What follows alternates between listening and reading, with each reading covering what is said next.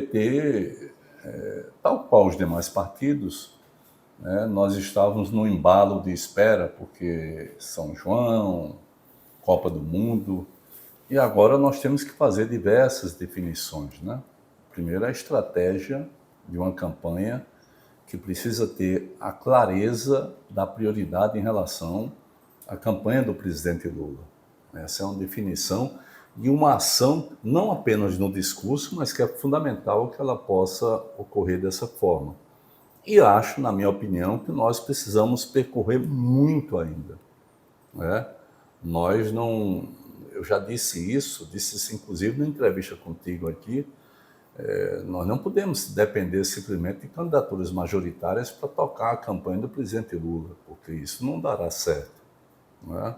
Porque os vínculos das campanhas majoritárias existentes na Paraíba não são aqueles vínculos que nós gostaríamos que fosse e que tem a mesma estatura da necessidade, né? Em relação à estatura de uma campanha presidencial, né? Se tenta uma convergência, mas essa convergência não é total e não é completa. Portanto, nós precisamos tocar a campanha, a reeleição do presidente Lula, e precisamos eleger uma bancada, né? Principalmente uma bancada federal. Eu acho que o PT vai se aprofundar em relação a isso e eu espero que seja o mais imediato possível. O PT vai passar ao largo das chapas majoritárias aqui na Paraíba? Não, o PT definiu, através do seu diretório regional, que iria apoiar a candidatura à reeleição de Lucas Ribeiro, não é?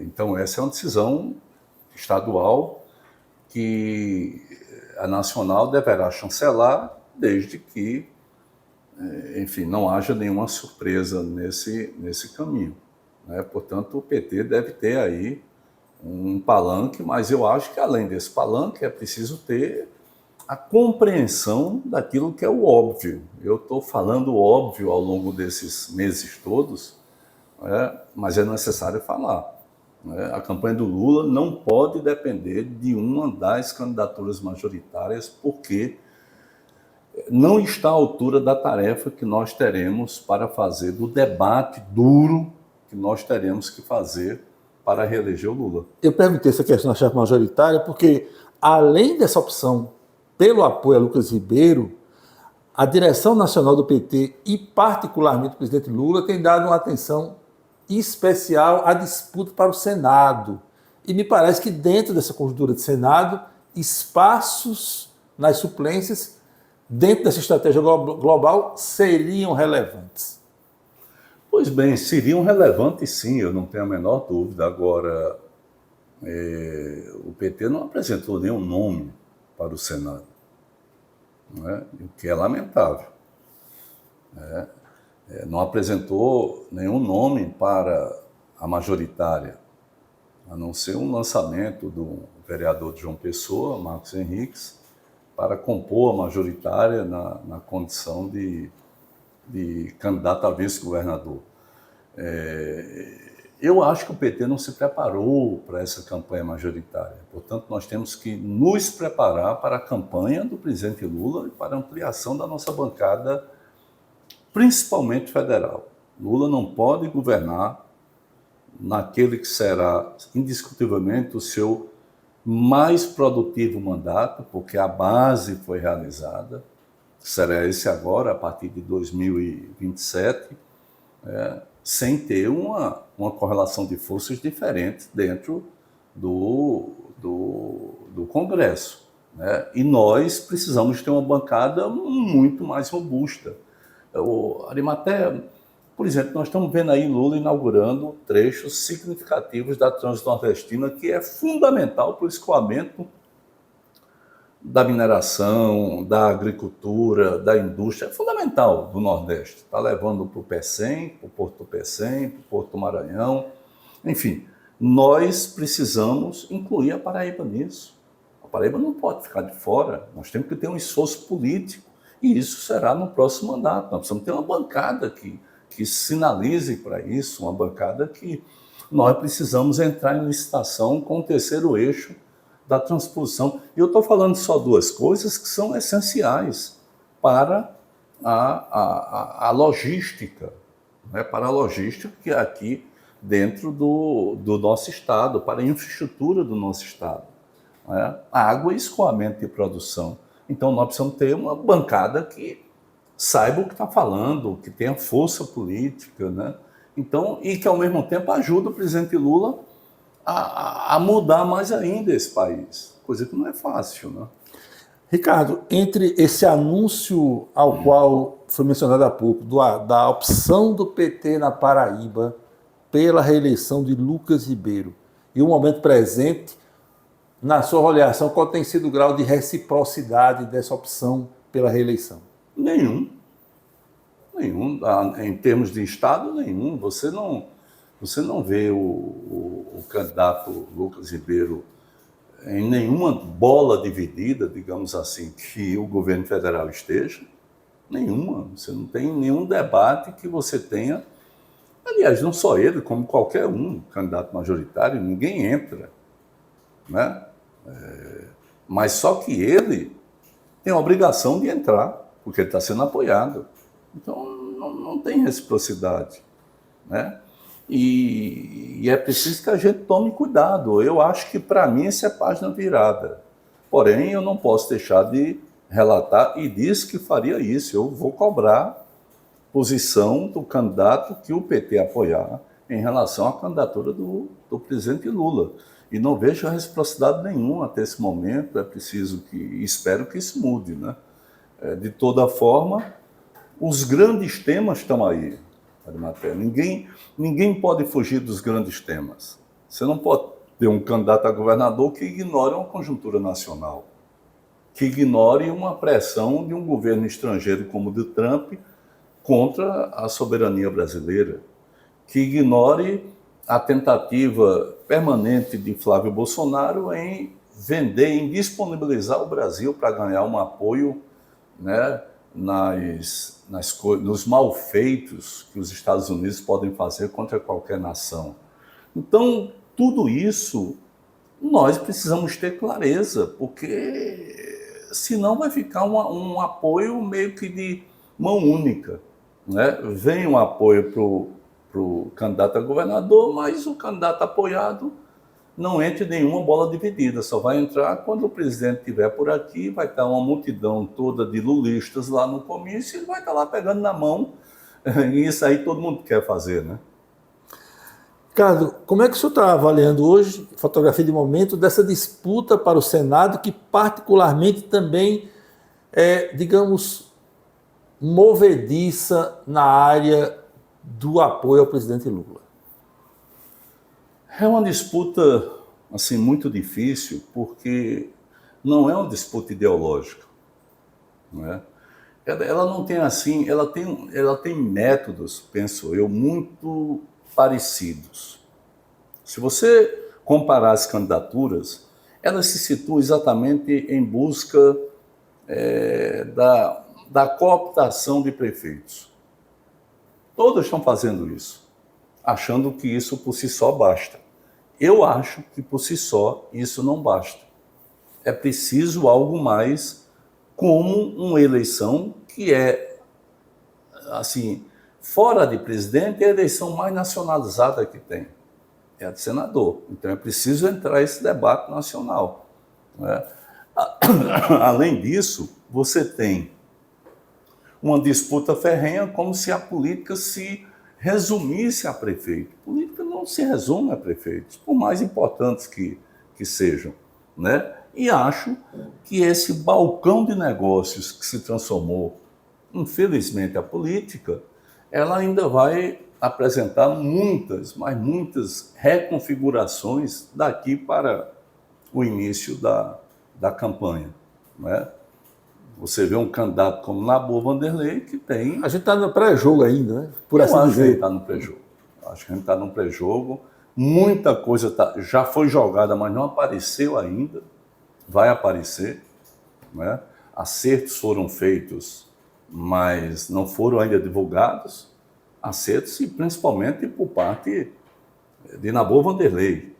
É quem está fazendo os acertos, né? Só que os acertos de Nabor não incluem, e nem podem incluir, numa eleição dessa, que é o Vale Tudo, o parceiro, o suposto parceiro que seria João Azevedo.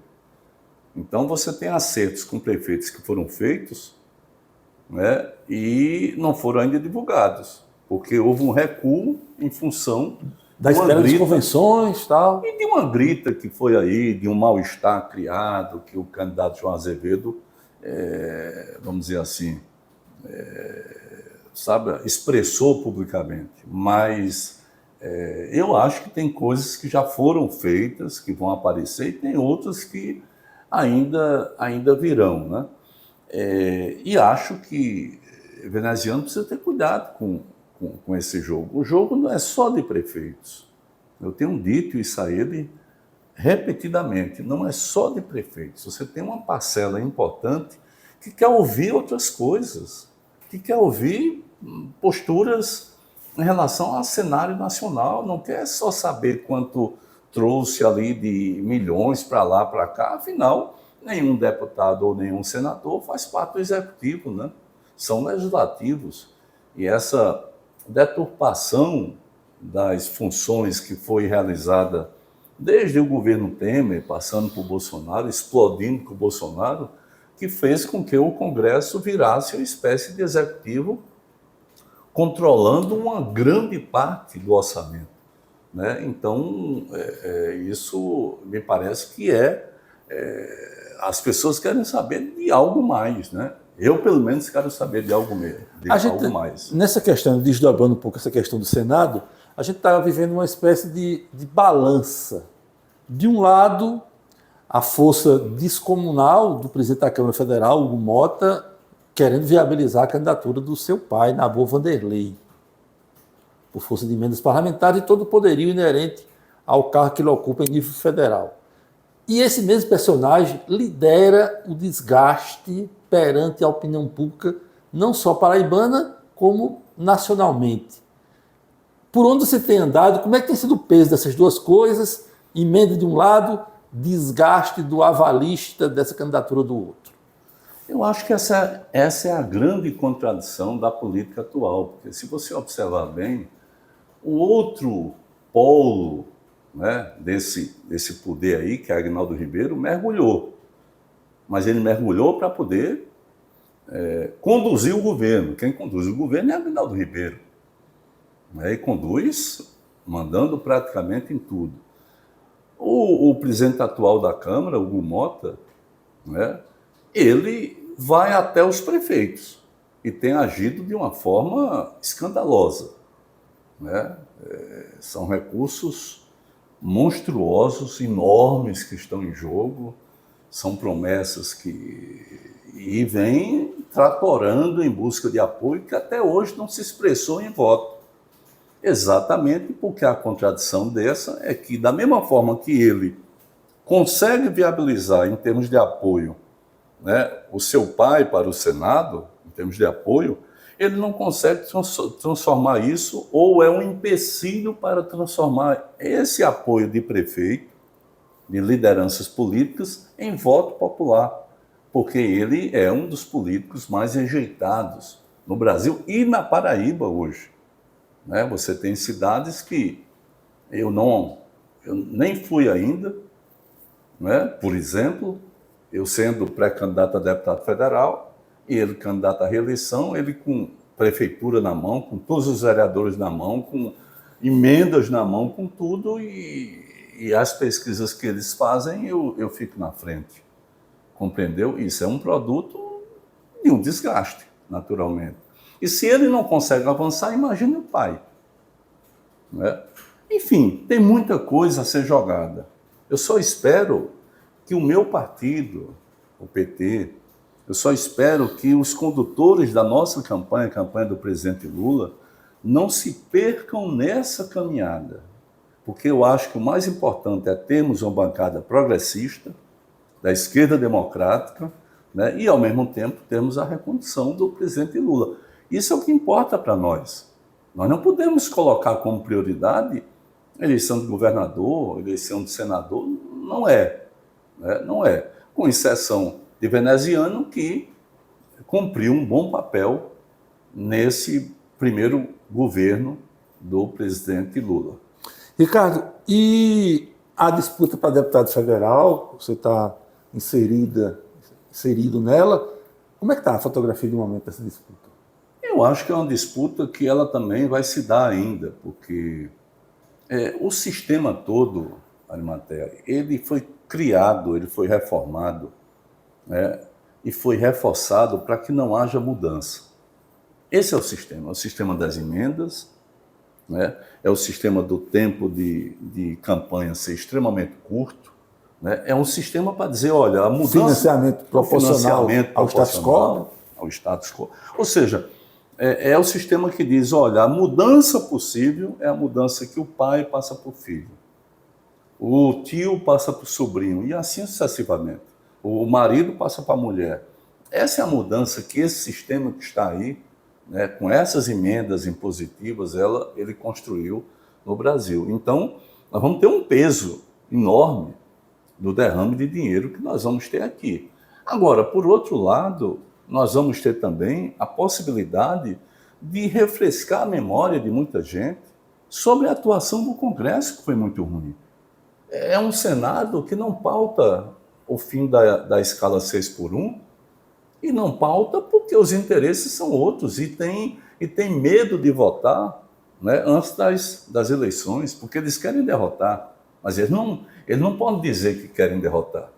Né? É uma Câmara que aprovou com 375 votos a PEC da blindagem, onde foi o único parlamento do mundo a dizer que deputado e senador poderia matar, roubar, estuprar, podia cometer qualquer crime, que ele não podia ser processado.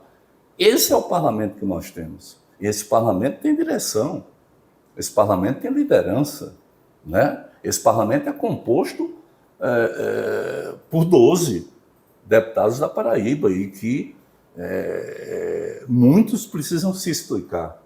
É esse debate que nós vamos ter que fazer, um debate duro, porém um debate necessário. Porque essa reoxigenação da política, não adianta o povo ficar achando que o Congresso não presta, e não presta mesmo, mas ao mesmo tempo vota num Congresso ruim ou pior ainda.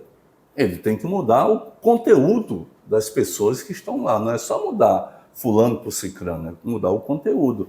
Esse debate vai ser muito duro, porque vai requerer, primeiro, uma disputa de mídia social, principalmente, muito forte. Nós vamos ter uma das eleições, creio eu, mais sujas de todos os tempos. Né? As mídias sociais, incontroláveis do jeito que estão, né? Elas estimulam o caos, nunca o consenso, é só o dissenso. Né? É preciso criar mecanismos. A inteligência artificial, mesmo com aquilo que o TSE aprovou, que você precisa colocar que tal vídeo é produto de inteligência artificial, no meu entender, é totalmente desnecessária. Por que vai usar a inteligência artificial? Né? Para quê? Ou seja, na política deveria ser ou é ou não é.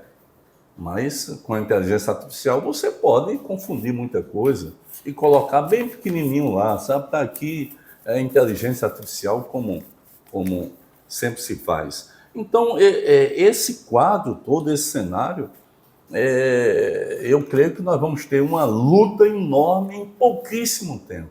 Um tempo assim de chegada, 45 dias, 50 dias, mas eu espero que essas eleições sejam abençoadas, que o Brasil continue no caminho, sabe, de prosperidade, de articulação mundial, de democracia, de soberania, e ao mesmo tempo que a gente tem um Congresso com outra configuração. E eu estou nessa caminhada porque acho que posso contribuir para isso, tenho capacidade para isso. Para fechar nossa conversa, sucessão presidencial, igualmente uma radiografia de momento. Olha, se nós estivéssemos no tempo normal, né, eu diria que a eleição estaria definida, porque você não pode comparar com todo o respeito que eu tenho a quem não goste do Lula, você não pode comparar a biografia, a história e aquilo que foi realizado pelo presidente Lula durante a sua caminhada na política, você não pode comparar com Flávio Bolsonaro. É um cânion, né? É uma dimensão assim muito longínqua. Mas nós não estamos no tempo normal, né? As mídias sociais produziram muitas mentiras, produziram muitos ódios, produziram muitas, sabe, muitas compreensões que não cabem num tempo que eu diria, num tempo em que as pessoas estivessem à altura dos desafios que o Brasil precisa atravessar. Mesmo assim, eu acho que a parte maior da população brasileira, tranquilamente, ela vai optar pela serenidade daquilo que é fundamental. Até há poucos tempos, no espaço de 20 anos atrás, se votava em função da inflação. Fernando Henrique foi eleito porque reduziu a inflação com o Plano Real.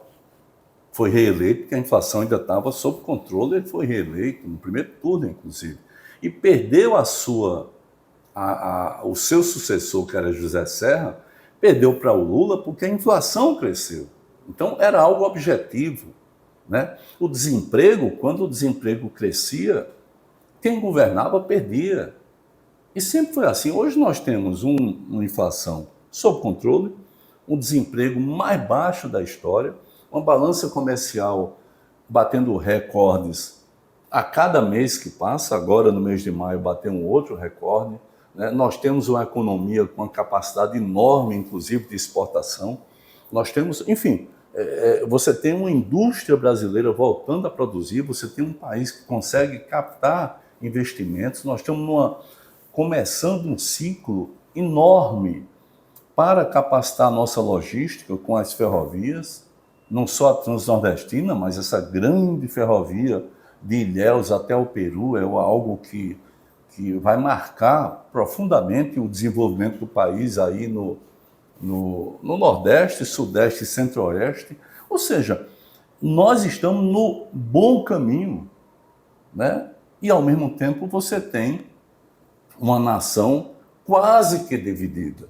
Portanto, essa incompreensão, né, da necessidade de se olhar o Brasil, né, nesse cenário mundial é que torna muito as coisas ainda um tanto quanto indefinidas. Mas eu creio que, sabe, no decorrer do debate, com o presidente Lula apresentando tudo o que está sendo feito, o Brasil voltou a ter universidade expandida, voltou a ter Instituto Federal, está aí expandindo a transposição de São Francisco, vai expandir agora aqui na Paraíba com o Vale do Piancó, né? As grandes obras que o Estado tem, todas são recursos federais, né? Apesar do governo do Estado tentar omitir, tentar esconder, mas tudo é governo federal. A adutora Transparaíba no Curimataú, a doutora do Cariri, o Hospital de Trauma do Sertão, a Alça aqui de Campina Grande, o Arco Metropolitano de João Pessoa, tudo é governo federal, né? Então, isso vai ter que ser capitalizado pelo povo, porque senão seria o caos, o povo não perceber aquilo que está sendo feito com o seu próprio dinheiro, com o dinheiro dos seus impostos. Então, eu acho que, politicamente, né, o bom senso vai ganhar. E eu não estou dizendo isso, não é como uma profissão de fé em Lula. Eu não quero que ninguém ame assim o Lula. O que eu quero é o seguinte, que a razão prevaleça sobre a má emoção. Não é? Razão. Nós precisamos ter um país que dê a essa criançada aí de 2, 3 anos um futuro que possa ser muito melhor. Num mundo, repito, extremamente conturbado. E quem pode fazer isso nessa conjuntura, com esses candidatos que aí estão, no meu entender, é indiscutivelmente a reeleição do presidente Lula. Muito obrigado pela entrevista, Ricardo. Muito obrigado, Ari.